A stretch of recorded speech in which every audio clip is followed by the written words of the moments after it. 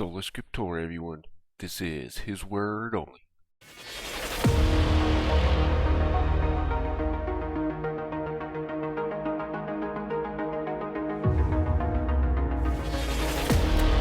It's time to open up the box. And today, we're going over the Satyr. And why have I been talking about these entities the past few weeks? Because I'm giving you a dossier, I guess, per se, on the Kingdom of Darkness. Plus, I want you guys to know what's out there, right? And the truth. But anyways, let's go ahead and get into this. Alright, so we're going to start in Isaiah 13:21 and 22. But wild beasts of the desert shall lie there, and their houses shall be full of doleful creatures, and owls shall dwell there, and satyrs shall dance there. And the wild beasts of the islands shall cry in their desolate houses, and dragons in their pleasant places. And her time is near to come, and her days shall not be prolonged. It's about Babylon here, and the destruction of it, right? But it's quite interesting. You see, the wild beasts of the desert shall lie there, and their houses shall be full of doleful creatures, and owls shall dwell there, and satyrs shall dance there, right? This is what we're talking about, the satyr. But I'm going to bring up something I've talked about here before. The screech owl, right? But anyways, Isaiah 34:13-16. And thorns shall come up in her palaces, nettles and brambles in the fortresses thereof. This is talking about this great owl you're going to see here. Fortresses thereof. And it shall be a habitation of dragons. There's dragons again. And a court for owls. Quite interesting. The wild beasts of the desert shall also meet with the wild beasts of the island. And the satyr shall cry to his fellow. The screech owl, right here, also shall rest there, and find herself a place of rest. There shall the great owl make her nest, and lay, and hatch, and gather under her shadow. There shall be vultures also be gathered, every one with her mate. Is this where Easter comes from?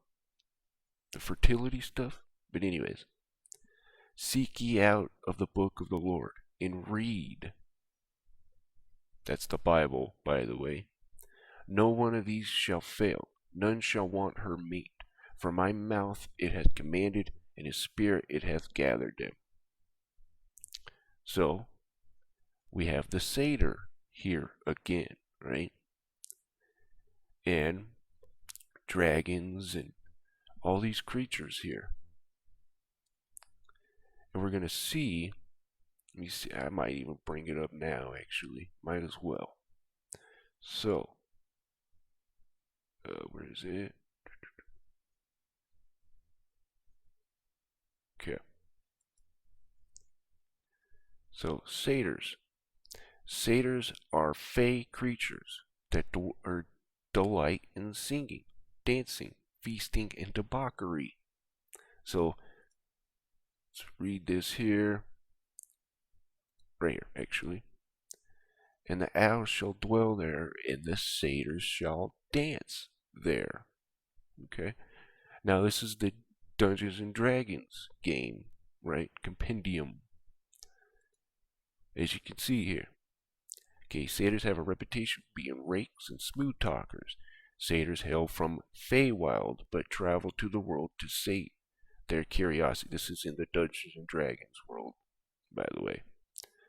But quite interesting. So, what else did I want? Oh, yes. Okay. Now, granted, this is, this is a witch website here, okay? So, I'm not saying there's no validity to this. I'm just saying, just know what you're getting into. Okay. Okay.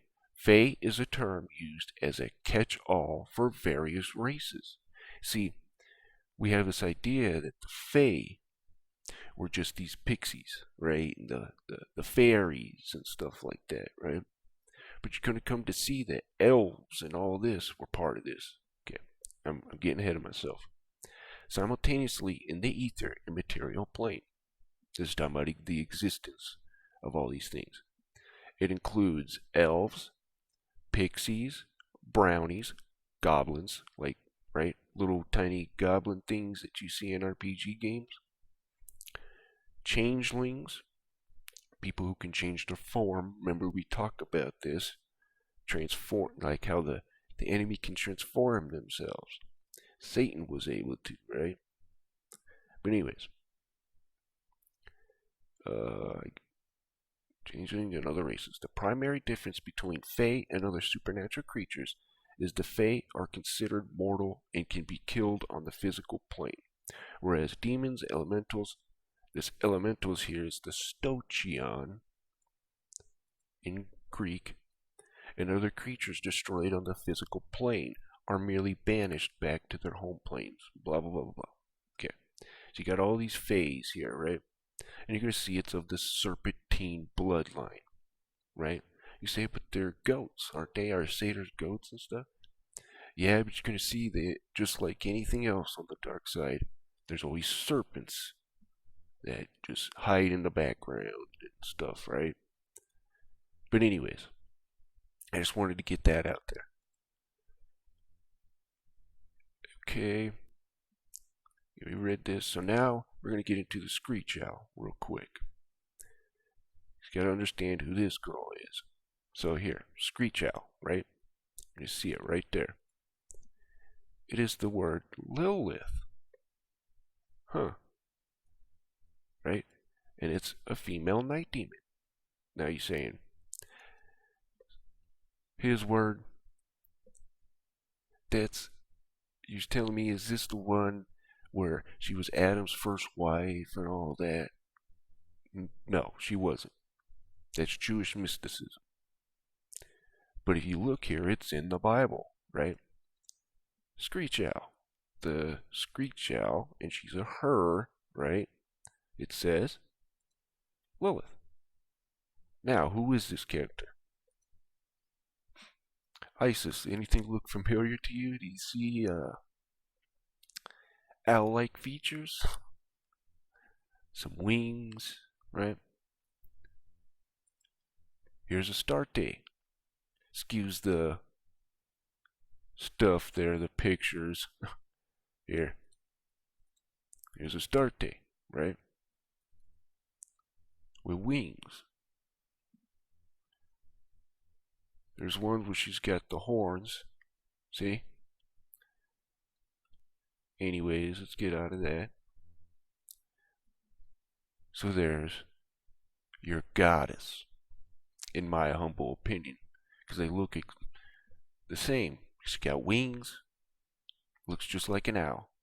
Like a start day, where is it? Right here. It's got owl feet. Ain't that something? And wings. Okay. The satyr. Satyrs, or silence, or aka silence, are figures from Greek mythology who were followers of the god of wine, Dionysus, and who were often guilty of excessive sexual desires and overindulging of wine. Men with a horse's tail and ears are men with or men with goat legs. These shaggy and unruly creatures lived wild in the forest and symbolized the dangers of unrestraint. You're gonna see when you look up pictures of satyrs, you're gonna see a lot of let's just say things coming down. You know what I mean? Things. Let's just say that. Anyways. Okay, satyrs are frequently depicted in ancient art, typically causing havoc by attacking women and performing lewd tricks with wine cups. They could be more industrious when Dionysus put them to work making wine. The most famous individual satyr is wise old Silenus, sorry, who was the tutor of Dionysus. Dionysus, my goodness. A specific genre of Greek theater was the satyr play. This is where we get satire, by the way, which involved actors dressing up as satyrs and where there was an entire chorus of satyrs. We have this in our society today. It's called satire, right? Where you're it's almost like a parody kind of, I don't know if I'm explaining this well, but it's not representation of the actual thing, right? Or you're putting on a costume of something that ain't you, right? That ain't your original character, I guess. I don't know. Something to that extent, right? People who've done plays and stuff like that can probably explain that better to you. But anyways, there you go. So we're going to get Pan, right? This is the Greek god Pan. In Greek mythology, a fertility deity, more or less bestial in form. He was associated by the Romans with Faunus. Originally an Arcadian deity, his name is Doric contraction of Paon, pasturer, but was commonly supposed in antiquity to be connected with Pan, all. His father was usually said to be Hermes, but a comic invention held that he was the product of an orgy of Odysseus' wife, Penelope, with her many suitors. Yeah, wonderful. Okay, Plutarch wrote that during the reign of Tiberius, the crew of a ship sailing near Greece heard a voice calling out, "The great Pan is dead." Christians took this episode to be simultaneous with the death of Christ. Huh? The only thing that's represented with Christ is when, here, actually, you know what? I should bring that up real quick. So, on this rock, my church, or I will build my church. My goodness, okay. Okay, on this rock, I will build my church. Okay. Oh, I forgot to put KJV. I stick with the KJV. And I have in my personal collection a 1611 KJV. And actually, with this verse here, Isaiah 34:13-16, put this verse up against any other translation, and you'll see why I stick to the KJV. But anyways, okay, Bible Gateway, Matthew 16:18, and I say also unto thee, thou art Peter, and upon this rock I will build my church, and the gates of hell shall not prevail against it. So this is the Grotto of Pan, where Jesus, let me just put that, see if we can see it here. So this is where they were, right? And where is it? There was a depiction of Pan. Is this it? Where is it?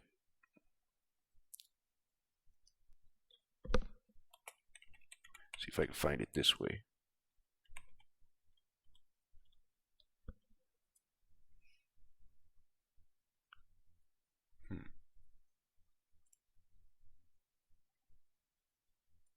This is basically Caesarea Philippi. That's right. Okay. This is where he was pointing to. This is where they were at. And I'm trying to find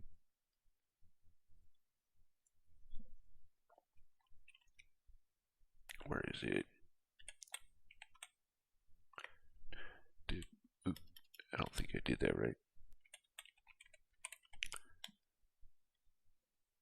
Where is it?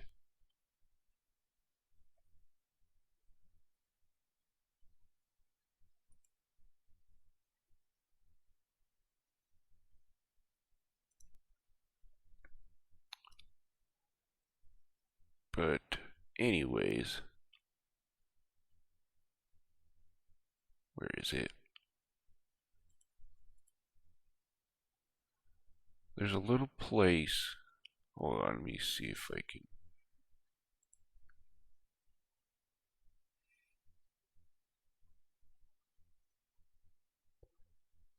Anyways, oh well. Oh, here we go. Right here.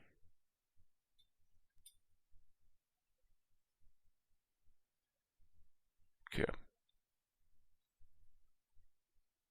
Caesarea Philippi. This is part of it. All the way there. This is where Jesus was pointing to. Quite interesting. Oh, yeah. See what I mean? Sorry that took a little bit. This is going to be a short one anyway, so. But yeah, I mean, this is where they were, and it's the grotto of the god Pan, Caesarea Philippi. So, great time to bring that one up. Okay, now I gotta remember where I was. So we were at Pan. Okay, Pan was generally represented as a vigorous and lustful figure, having the horns, legs, and ears of a goat. In later art, human parts of his form were more emphasized. He haunted the high hills, and his chief concern was with flocks and herds, not with agriculture. Okay, wonder why. But anyways, and Ephron answered Abraham, saying unto him, so, Ephron means fawn-like. Now this is more deer. A fawn is a deer. So this guy looks like a deer. It's saying his name means fawn-like, deer-like. Well, more I guess a fawn is a baby deer, but still, you know. But yeah, that's. I bring this up to show you guys that this stuff is in the Bible too. And when all the cultures around the world talk about this stuff that are worlds apart from each other, we should listen to this, right? The Bible is the only one where you're going to get the full picture. I 100% promise you that, right? Don't believe me? Test it yourself, right? Just read it yourself, question it, interrogate it, you know, do whatever you need to do. But anyways, Revelation 9, 7, and 11. And the shapes of the locusts were like unto horses prepared unto battle, and on their heads were crowns like gold, and their faces as the faces of men. And they had hair as the hair of a woman, and their teeth were as the teeth of lions. They had they had breastplates, as it were breastplates of iron, and the sound of their wings was the sound of chariots of many horses running into battle. And they had tails like unto scorpions, and there were stings in their tails, and their power was to hurt men 5 months. And they had a king over them, which is the angel of the bottomless pit, whose name in Hebrew tongue is Abaddon, but in the Greek tongue hath his name Apollyon. Now there's a whole story behind this. I believe this is the destroyer, or aka the Assyrian, that's brought up, oh my goodness, Isaiah 14, the Lucifer thing as well. But he's also brought up in a lot of other scriptures too. Here, let me show you guys. So, okay. Her waters made him great. This also gets into the deep. Who the deep is, that is an actual entity, right? I have a bunch of videos on this, or not a bunch, but I have some videos on this if you want to check them out in my Principalities playlist. Okay. The waters made him great. The deep set him up on high with her rivers running round about. And there is a goddess named Hel, of the goddess of the underworld, where her face is literally darkened, which goes with Genesis 2, right, where it says, and darkness was upon the face of the deep. But anyways, I just wanted to get this out there. So therefore, oh crap, I gotta go. Yeah, I'll just get the whole thing here. Behold, the Assyrian was a cedar in Lebanon with fair branches, and with a shattering shroud in the high stature, and top was among the thick boughs. The waters made him great. You know, that verse there. Therefore his height was exalted above all the trees of the field, and branches became, okay, and all the fowls of heaven made their nests. In the shadow dwelt all great nations. Now this is going to throw you off a little bit. Come on up here. Where is it? There's branches in the ready? The cedars in the garden of God, Eden. So this isn't just some, person, right? This is a big top dude, right? God cannot hide him. The fir trees were not like his boughs, and the chestnut trees were like branches, nor any tree in the garden of God was like unto him in beauty. Quite interesting there, huh? This Assyrian guy, you see, death and hell, right? And this is my opinion. But anyways, I'm sorry for it. That has to be brought up when you talk about this, right? But anyways, I like to end on good notes here, right? So, 1 John 4:4. Ye are of God, little children, and have overcome them, because greater is he that is in you than he that is in the world, right? So it doesn't matter. They got all these things, powerful beings, right? They got the seraphim, you know, probably some cherubim who fell, and they got all these creatures, the satyrs, the minotaurs, the Raphaim, these giants, right? And